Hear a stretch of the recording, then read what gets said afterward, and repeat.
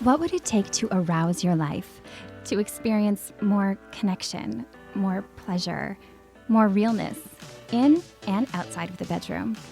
I'm August McLaughlin, and this is Girl Boner Radio.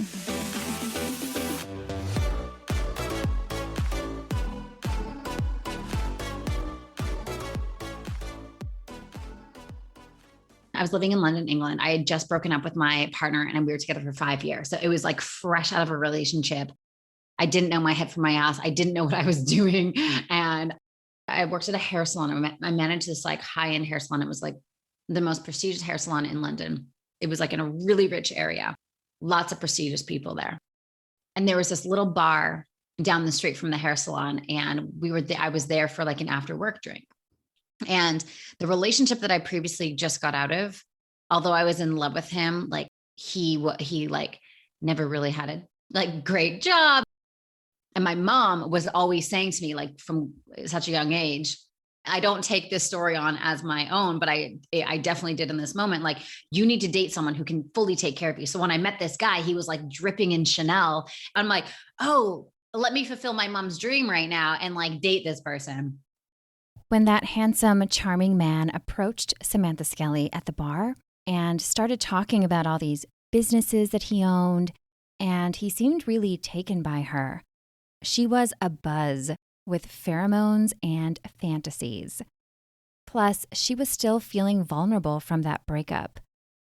It was a time when someone else taking care of her seemed dreamy.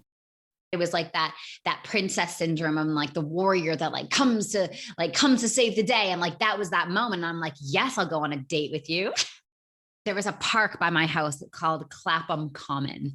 And he's like, let's go for a picnic in a park. I'm like, great. That sounds amazing. Like, let's do that. And so I got all ready in the morning. I walked to the park and he was there and he had like the red flannel blanket with the wicker basket and the bottle of champagne and the strawberry. And I was like, whoa, like this guy's pulling out all the stops. Like, I was lucky if my ex took me to Burger King, you know? I was like, wow, this is amazing. He was like, European. So he had like that very like suave type of like, you know, like the soccer players in Europe are like very like, you know, romantic. It was that vibe. And I was like, okay, I can get down with this.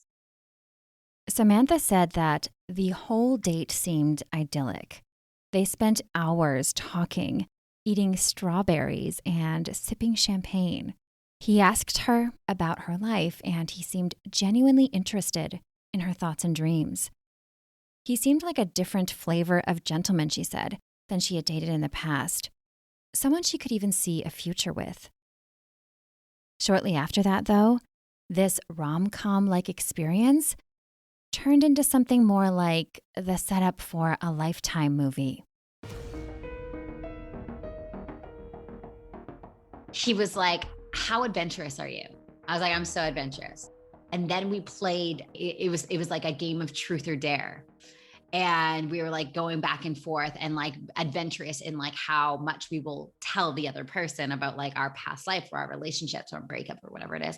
And then he's like, okay, I got a dare. And I'm like, okay, well, what's the dare? He's like, I dare you to come to Paris with me for dinner. And I was like, accepted.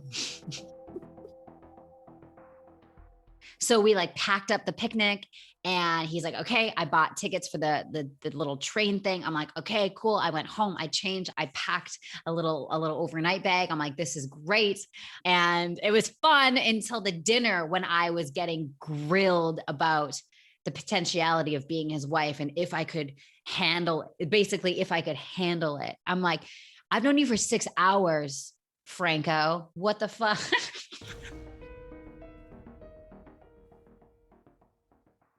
The scariest part of that was what Samantha felt in her body, a knowing that something was very, very wrong.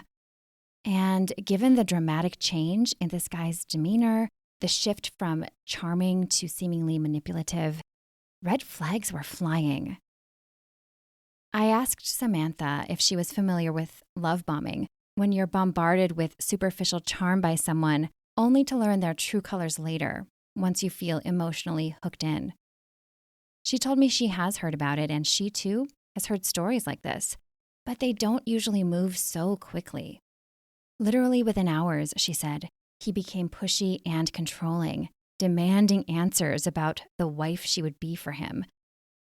She said it was a rapid story unfolding before her eyes. And I kept thinking to myself, is this actually happening? Did he actually just say that? Are we actually here? And then my sort of like signals came on of like, I gotta friggin' abort mission right now. I gotta figure this out. I need to like, how the fuck do I get? I'm in Paris by myself. Like, how do I get out of this situation? And so I was like planning my escape route, and I was fearful that he wouldn't let me leave. I was fearful that he'd be like, no, you're here with me. You have to stay with me.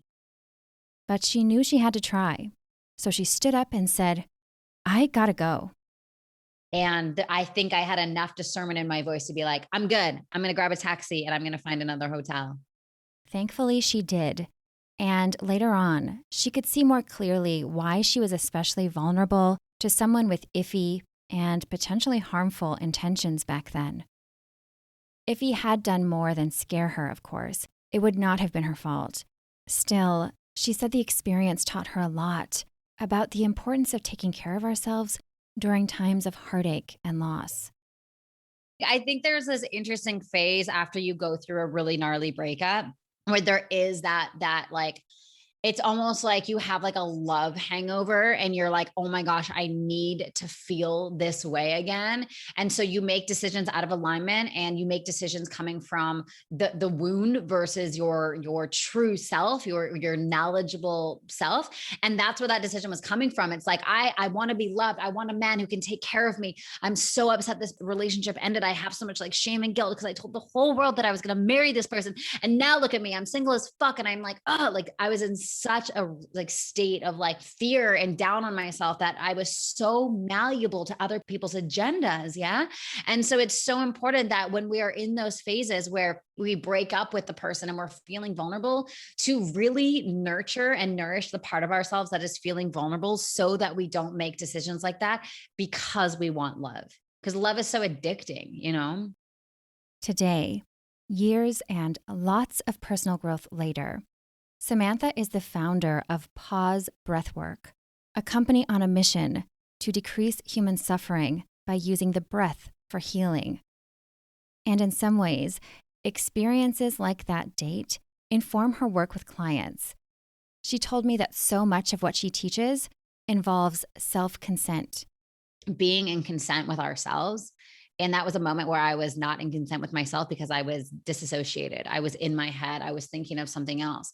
And so much of the work that I do is embodiment work, getting in our body so we can really discern the difference between a yes and a no, so that we have the self-consent to make decisions that are in alignment and not out of a place of wounding or a distortion. If that sounds like something that you would like to work on, Samantha offered this as a good place to start. There's stages of emotionality, right? And the first stage is emotional retraction, where we're just numb, we're tense, we're in denial of the feeling. And then the stage 2 after that one would be emotional knowing. Like, okay, I now have awareness of my emotionality and awareness of my numbness, my tension, whatever it is. And then there's emotional intimacy, where we can actually like feel into the emotion and understand like, oh, wow, there's so much going on such a cellular level. And there's all sorts of, sensations happening. And then there's emotional maturity, where we're embodied and we're integrated. So we can't go from numbness to emotional maturity. We got to go through the phases. And so much of it is just, we have an emotion. Are we going to resist it or accept it? That's the first stage of it, because we have to feel in order to heal.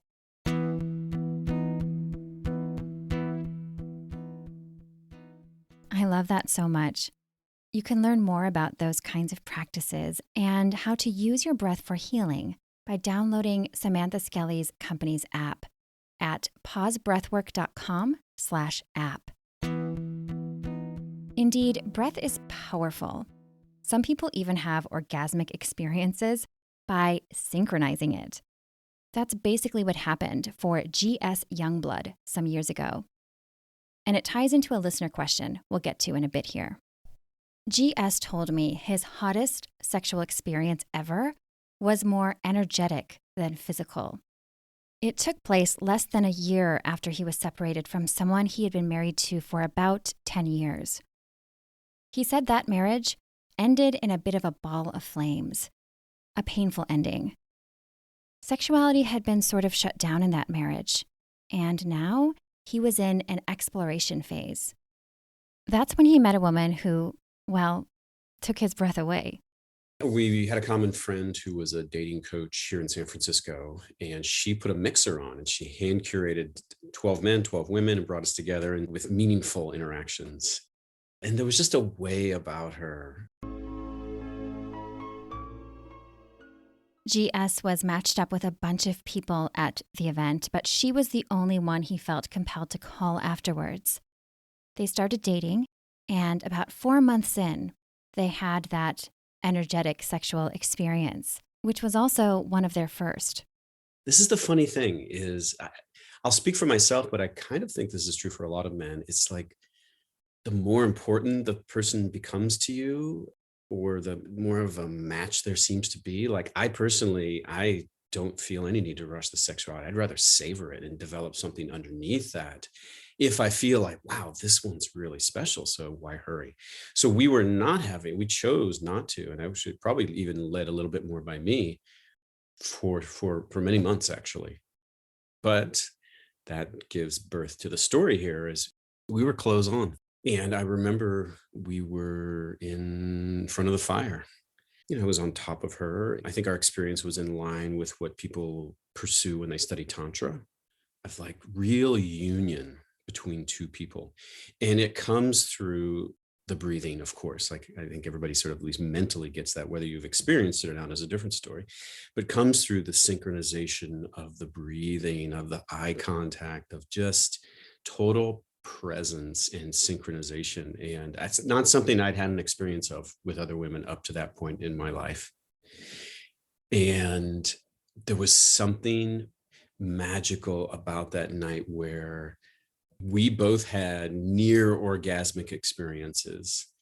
And again, clothes were on, and there wasn't even a lot of like genital rubbing necessarily, other than bodies rubbing against each other. But it wasn't like she was stroking me through my pants or something. Like literally, it was energetic. If you had tried to convince me that was possible 6 months before that, I would just sort of laughed and said, "Ha ha, nice woo woo stuff." But it part of that was, I think, possible because we didn't have the intention to be sexual. So it wasn't like this like biological drive to get there, to get somewhere. So we were able to rest in what is. And that is part of what unlocked, I think, the synchronicity of that experience. We both remember it to this day. I mean, we both still talk about it. This was many years ago. And it was powerful. It was powerful. When he shared that, it made me think of what Dr. Ian Kerner talked about recently on the show, about every sexual experience having a story arc, a beginning, a middle, an end. GS said, yeah, it definitely felt that way. Well, it definitely crescendoed up. It wasn't just we showed up in the same room and then sparks flew. It was over time. I mean, I think there was probably a 20-minute warm up to a quote unquote climax. It was definitely, I don't want to use the word effort because that has the wrong connotation, but there was a buildup, a conscious buildup of the breathing, of the presence, of just feeling even the slightest movement of her body or the shudder and vice versa, like the really feeling into the other. Because there was nowhere to get to, he said, he was able to open up to those sensations more. No words were exchanged. But there was a hell of a lot of heavy breathing. Yeah, a lot of synchronized breathing, a lot of eyes, speaking with the eyes, speaking with the sounds one makes. And after some buildup came what sort of felt like an orgasm, he said, like a full body, energetic climax. I sort of distinctly remember it was like an all over body shudder. It was in some ways like an orgasm. It wasn't ejaculatory. This is not the kind of the non-ejaculatory techniques that some men do. It wasn't consciously trying to do that, but it was just like, whoa, and my whole body shook. And I think I had some vocal expression as well. And she was in that same state. So it was a point after that shudder that we sort of came out of it and we're like, oh my God, what was that? Not just the last moment of it, but the whole thing. It was like, we were both like, whoa, that was powerful. GS now works as a men's coach who specializes in nice guys in relationships who want to feel more in their power. And he tries to pay some of what he learned in that experience forward. So this is one of the things I coach guys. It's like, play with the energetics, work on, most guys will sort of snicker a little bit. Oh, the sexual union, like, don't give me this woo stuff. Like, no, guys, really, honestly, there's so much to be played with in the energetics of it. He said you may as well try it and see how your partner responds. If you want to give energetic sex a go, GS suggested this. At a high level, I'd say go find a tantric workshop, a reputable one. There's a lot of pseudo tantra out there, so maybe sift through that. But sort of what you can try tonight: get 2 stools, sit across from each other, be about at least 24 inches apart, and don't make it a staring contest, and don't make it like you need to mind read her. What you want to do, he said, is hold eye contact while feeling as though you are in your own body. GS teaches embodiment exercises to help people learn how to do that. If all you can do is just kind of breathe and just feel the rise and fall of your breath, but don't let it be a staring contest. Don't let it be a mind reading exercise. It's I see you, I'm with you, but I feel myself. So that's part 1. And then part 2 is synchronize the breath. He recommends using Ujjayi breath, which is also sometimes called ocean breath, whisper breath, or snoring breath. You breathe in and out through your nose and constrict your throat to make what really does sound like snoring. Apparently, your inhales and exhales should be about equal in length, according to experts.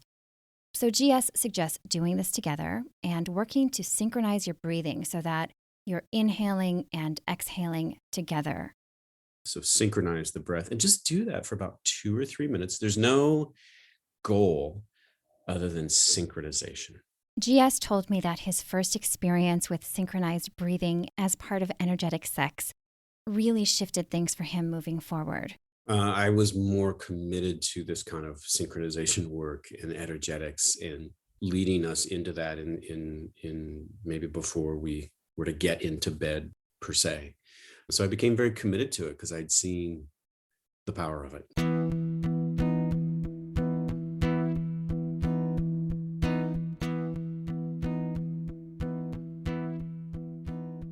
You can learn more from GS in his book, The Masculine in Relationship, which he described as a blueprint for how men can be more in their masculine power when they are with a strong woman. Or sign up for his mailing list at gsyoungblood.com. Before we get to our listener question, I have to give a shout out to our wonderful sponsor, The Pleasure Chest. Their website is so robust and full of sex positivity and inclusivity, and they have so many wonderful toys and accessories to bring more spice and pleasure to your life and relationships.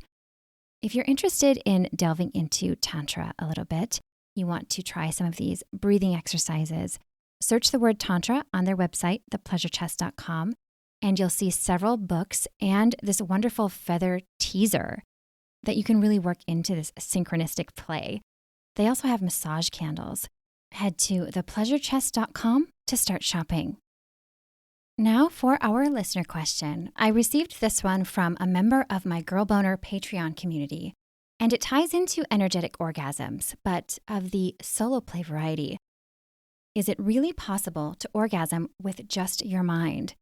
I heard the episode where someone had one in a car by accident, and I want to do it on purpose.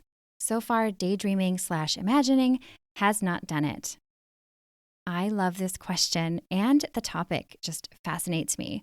If you've ever had what I call a sleepgasm, along the lines of a wet dream, you have essentially experienced orgasm without physical stimulation, aka think-gasms, thinking yourself off, a mindgasm.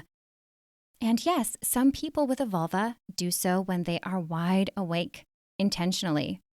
It's been known to happen for some penis havers too. First, here is that story this patron referenced with some context in an excerpt from my conversation with coach and author Susanna Brisk back in 2018.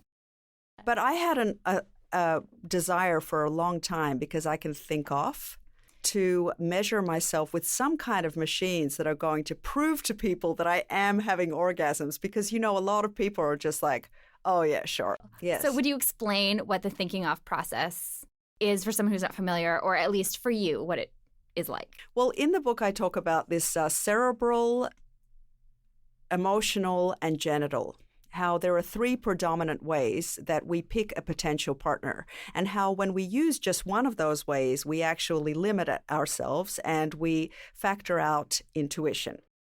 As far as I can tell, in my rather unscientific study about this, it's a connection between the cerebral, the emotional, and the genital. When that energy flows, that seems like what it is. To me, it's energetic, because there's no other way to describe it. There's no other way that science could explain why, because it's not just a thought. The thought has to translate down and give you a physical response.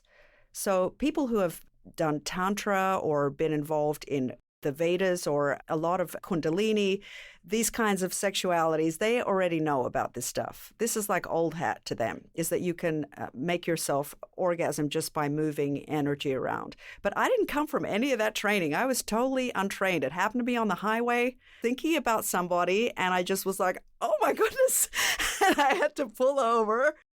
And then, once she knew how to do it, Susanna said it became almost like a hobby. She also noted that it's important to keep in mind that there is no superior way to enjoy orgasmic pleasure. You aren't inferior if you can't think yourself off, or more superior if you can. But there are some ways to practice and kind of delve into it, ideally without putting a lot of pressure on yourself. Here's what Dr. Megan Fleming of GreatLifeGreatSex.com had to say. I first learned of mind orgasms through the work of Barbara Carrellas, who wrote Urban Tantra. My husband and I took her workshop at the Open Center here in New York City, where she demonstrated the fire breath orgasm.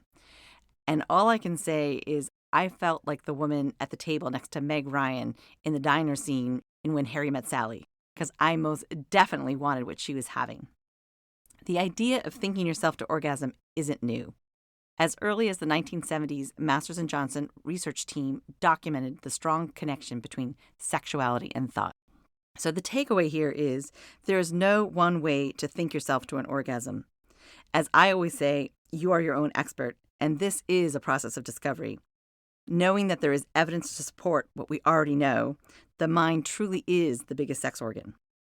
Barbara Carrella herself believes and teaches that anyone can have a mind orgasm through learning breathwork, concentration, and fantasy.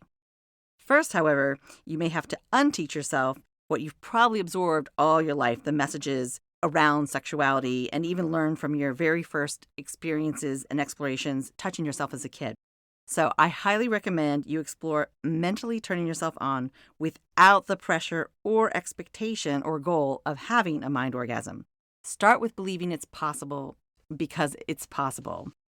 And then focus on your breath, breathing deeply, make noise, lots of noises, rock your hips, moan, fantasize, and lose yourself in the moment. Truly let yourself go. I know it's easy to say, but not always easy to do. Have fun. This is a practice and takes time. It's also a practice that in and of itself feels good and is good for your sex life. So for more information, you can either pick up Urban Tantra or go to Barbara Carrellas' website at barbaracarrellas.com. Thanks so much, Dr. Megan. I love what she shared about that research and that everyone has their own way and ways of experiencing orgasm. I wish we could have given you a recipe, some 1, 2, 3 steps, and you'd be there. But the good part of that is a big adventure awaits you. Another idea that came to me while I was listening to Megan there was stopping yourself from the activity that's bringing you orgasm next time you're having sex, whether by yourself or with a partner. When the orgasm just starts, pull away from whatever stimuli you are experiencing, and see if you can just feel the rest of the orgasm without any physical stimulation. That might be an interesting thing to try and to kind of, train your body to do. Regardless, I am wishing you and everyone who wants it as much orgasmic bliss as you can dream of or imagine. If you would like to support the show and also get some awesome extras, please join me on Patreon, patreon.com/girlboner. You can also support the show by leaving a rating and review and letting your friends know about it. Thank you so much for listening, and have a beautiful Girl Boner Embracing Week.